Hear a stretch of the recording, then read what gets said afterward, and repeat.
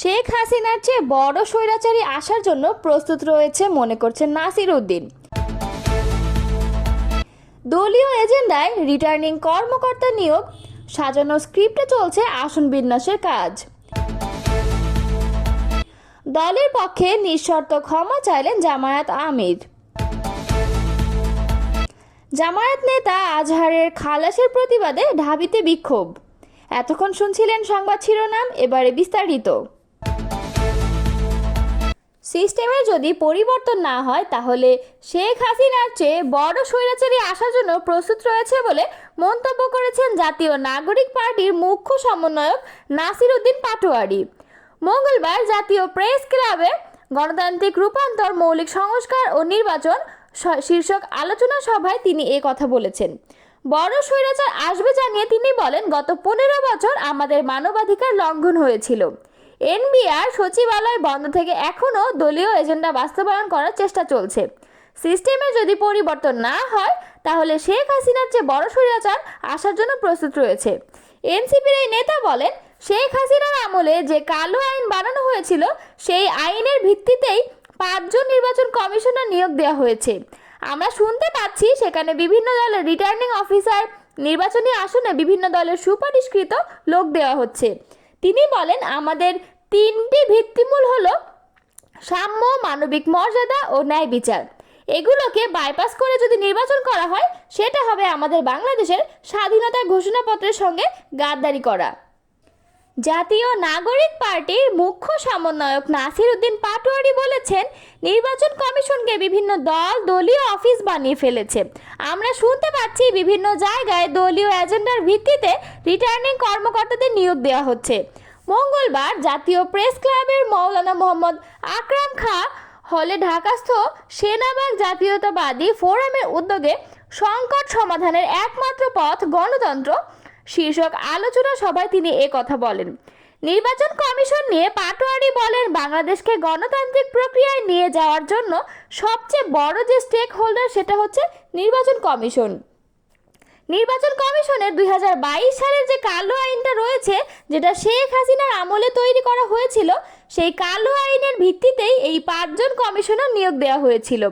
তাদেরকে কমিশনার না করে দলীয় চেয়ারম্যান, দলীয় ভাইস প্রেসিডেন্ট, দলীয় সেক্রেটারি এভাবেই যদি আমরা বলতে পারতাম তাহলে হয়তো তাদের সাথে অনেক বেশি মানানসই হতো। তিনি বলেন, গণ অভ্যুত্থানের 10 মাস পূরণ হয় নাই, এর মধ্যে তারা নির্বাচন কমিশনকে বিভিন্ন দলের একটি দলীয় অফিস বানিয়েছে। আমরা শুনতে পাচ্ছি বিভিন্ন জায়গায় দলীয় এজেন্ডার ভিত্তিতে রিটার্নিং কর্মকর্তাদের নিয়োগ দেওয়া হচ্ছে। আমরা শুনছি বিভিন্ন দলের সাজানো স্ক্রিপ্টের আসন বিন্যাস প্রক্রিয়ার কাজ চলছে। আমরা তাদেরকে বলবো, সময় আছে, ভালো হন, সময় গেলে আপনাদের সেই সুযোগ আর পাবে না। তিনি আরও বলেন, আমরা ডেমোক্রেসির বাংলাদেশে আর কোনো অটোক্রেটিক গভর্নমেন্ট দেখতে চাই না। আমরা যদি সংস্কার প্রক্রিয়ার মধ্যে দিয়ে না গিয়ে নির্বাচনে যাই তাহলে যেই সিস্টেমটা আমাদের চলমান রয়েছে তাতে আমরা মনে করি বাংলাদেশের নতুন একটা স্বৈরাচার আবির্ভূত হবে। অর্থাৎ সিস্টেমের যদি পরিবর্তন না হয় তাহলে শেখ হাসিনার চেয়ে বড় স্বৈরশাসক আবার বাংলাদেশে আসতে প্রস্তুত হয়ে রয়েছে। এই স্বৈরশাসকদের ঠেকানোর জন্য আমরা আর রক্ত দিতে চাই না। আলোচনা সভায় আরও বক্তব্য রাখেন এনসিপির সদস্য সচিব আক্তার হোসেন, অধ্যাপক দিলারা জামান, এপি পার্টির সাধারণ সম্পাদক ব্যারিস্টার আসাদুজ্জামান ফুয়াদ এবং অন্যান্যরা। বাংলাদেশ জামায়াতে ইসলামীর নেতাকর্মীদের কোনো আচরণে বা কাজে কষ্ট পেয়ে থাকলে নিঃশর্ত ক্ষমা চেয়েছেন দলটির আমির ডাক্তার শফিকুর রহমান। মঙ্গলবার 27 মে রাজধানীর ডিপ্লোমা ইঞ্জিনিয়ার্স ইনস্টিটিউশন মিলনায়তনে আয়োজিত সংবাদ সম্মেলনে দেশবাসীর কাছে ক্ষমা চান তিনি। ডাক্তার শফিকুর রহমান বলেন, আমাদের কোনো আচরণে, কোনো পারফরমেন্সে কষ্ট পেয়ে থাকলে আমাদেরকে ক্ষমা করে দেবেন। মানুষ আমরা, কেউ ভুলের ঊর্ধ্বে না। দল হিসেবে আমরা দাবি করি না যে আমরা ভুলের ঊর্ধ্বে। এই সংগঠনের প্রতিটি কর্মী, সহকর্মী কিংবা দলের দ্বারা যে যেখানে ক্ষতিগ্রস্ত হয়েছেন, কষ্ট পেয়েছেন, নিঃশর্ত ক্ষমা করে দেবেন। এর আগে তিনি বলেন, বিপদে ঘাড়ে নিয়েও আমরা চেষ্টা করেছি দেশবাসীর বিপদে পাশে থাকার। এমনকি ফ্যাসিস্ট সরকারের বিদায় নেওয়ার পরেও আমরা চেষ্টা করেছি আমাদের শহীদ পরিবার, আহত পঙ্গু ভাই বোনদের পাশে থাকার। কিন্তু আমরা এটা বিশ্বাস করি যে আমাদের পুরো কর্তব্য আদায় করতে পারিনি অনেক সীমাবদ্ধতার কারণে। তিনি আরও বলেন, দেশবাসীর সমর্থন ও সহযোগিতায় যদি এই দেশের সেবা করার দায়িত্ব আমাদের উপরে আসে, আমরা প্রতিশোধের রাজনীতির অবসান ঘটাবো, বৈষম্যের রাজনীতির অবসান ঘটাবো ইনশাআল্লাহ। সংবাদ সম্মেলনে তিনি বলেন, শেখ হাসিনার স্বৈরশাসন আমলে পাতানো আদালত ও মিথ্যা সাক্ষীর মাধ্যমে দলটির 11 জন দায়িত্বশীল ব্যক্তির জুডিশিয়াল কিলিং হয়েছে। সাবেক প্রধান বিচারপতি এস.কে. সিনহা বিষয়টি তার লেখা বইয়ে অপরাধ স্বীকার করে তুলে ধরেছেন বলে উল্লেখ করেন জামায়াত আমির। তিনি বলেন, এই বিচার প্রক্রিয়ার সময় তাদের দলের নেতাদের নির্যাতন করতে সেফ হোম এবং মিথ্যা সাক্ষী দেওয়ার জন্য লোকদেরকে রাখতে সেফ হাউস বানানো হয়েছিল। এই সম্পূর্ণ বিচার প্রক্রিয়াকে তিনি জেনোসাইড অব দ্য জাস্টিস বলে উল্লেখ করেছেন। এর আগে মঙ্গলবার সকালে সুপ্রিম কোর্টের আপিল বিভাগ থেকে 71 মানবতা বিরোধী অপরাধের অভিযোগ থেকে জামায়াতে ইসলামের মৃত্যুদণ্ডপ্রাপ্ত নেতা এটিএম আজহারুল ইসলাম বেকসুর খালাস পান।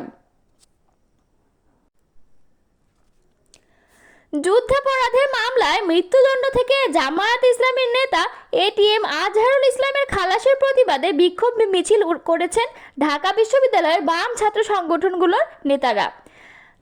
মঙ্গলবার বিকাল 5টায় ঢাকা বিশ্ববিদ্যালয়ের মধুর ক্যান্টিন থেকে মিছিল নিয়ে তারা রাজু ভাস্কর্যে গিয়ে তারা সমাবেশ করেন। সেখানে ছাত্র ইউনিয়ন ঢাকা বিশ্ববিদ্যালয় সংসদের সাধারণ সম্পাদক শিমুল কুম্ভকার বলেন, গণ অভ্যুত্থানের 10 মাস পরে দেখতে পেলাম 71-এর সাজাপ্রাপ্ত আল বদর কমান্ডার আজহার বেকসুর খালাস হলো। রক্তের উপর দাঁড়ানো এই সরকার আমাদের সঙ্গে বেইমানি করছে। এই সরকারের আমলে একের পর এক মব জাস্টিস, সন্ত্রাস মুক্তি ও 71-এর গণহত্যাকারীদেরও মুক্তি দেওয়া হচ্ছে। তিনি বলেন, 71-এ যারা দালালি করেছে, বাংলাদেশের সঙ্গে বিরোধিতা করেছে, তাদের দেশে রাজনীতি করতে দেওয়া হবে না। একজন মানবতা বিরোধী ও গণহত্যাকারীর সঙ্গে আপোষ করা যাবে না। যদি করেন তাহলে আপনার অবস্থা পতিত হাসিনার মতোই হবে।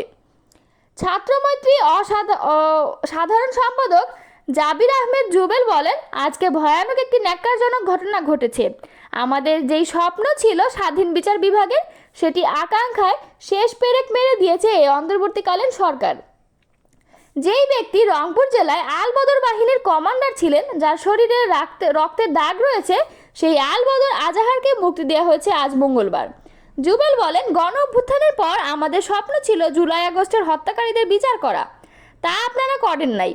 এদিকে আবার 71-এর দালালদের মুক্তি দেওয়া হচ্ছে এবং তা দেখে আইন উপদেষ্টা উচ্ছ্বাস প্রকাশ করছেন। আপনারা এই গণ অভ্যুত্থানকে জামাতের কোলে তুলে দিচ্ছেন। আমরা এই দেশের মানুষ 71 ভুলি নাই, তাই আমরা 71-এর বিরোধিতাকারীদের বিচারের জন্য বৃহত্তর কর্মসূচি ঘোষণা দেব।